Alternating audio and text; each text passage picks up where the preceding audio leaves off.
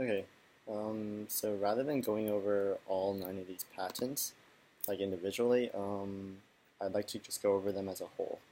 So what I've noticed, like, as I went through each one, there, well, at first I was just thinking to myself, like, oh, these are all kind of the same thing. That's like the obvious thing about it. You see how every patent name called like some kind of sleeve or like some kind of like insulating type of thing, and I think it's yeah, at first it's like, oh, maybe they're all the same, but when you go deeper into them, they're all kind of inherently different. Like some are talking about like different materials that are used. Some are talking about how um, like the geometry of the shape of the sleeve, and others talk about how like they want to do a temperature sensor rather than like some sort of sleeve so that you can know when it's appropriate to hold.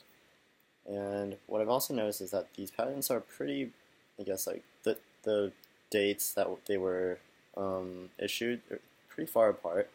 And I noticed how some of them are just very similar to each other, like because they came around the same time, and that makes me wonder, like, if time is a factor within these patents.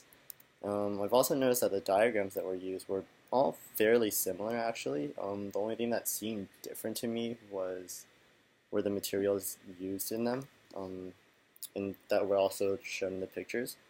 The claims themselves also seem to be around the same, other than the way that they put the specifications. Like it could be dimensions that are different, or like materials that are different, or the manufacturing process.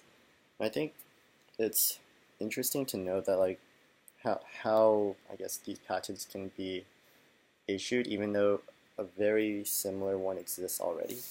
Um, if we look at like I believe it was like the first one and um, I think the first one and the fourth one or something. It was they were really similar. Where it was just it almost seemed like it was like um, one just copied another one or just improved it on top of another one because they talked about both the outer layer and the inner layer and the middle layer and how they wanted an air gap in between in between the sleeves, and through this it would create like the gap between them and prevent the insulation from happening or insulation from heat transferring too quickly.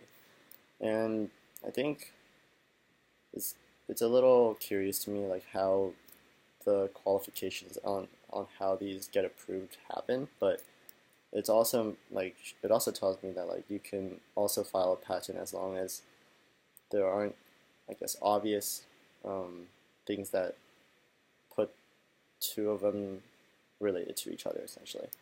Yeah, that's my thoughts on the patents. If you read further in the blog, you'll see how I describe each one. And yeah, thanks.